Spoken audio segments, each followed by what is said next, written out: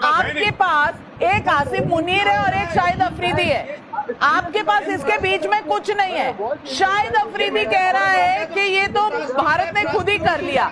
अब कोई बताए कि तालीम मिली होती थोड़ी बहुत, इस तरह की कम से कम स्टेटमेंट ना आते। लेकिन गौरव आर्या, अब शाहिद अफरीदी से भी हम डरने लगेंगे क्योंकि शाहिद अफरीदी ने कह दिया है ये भारत ने खुद कर लिया है। तो अब जुबैर साहब का कहना है कि हमें डर जाना चाहिए।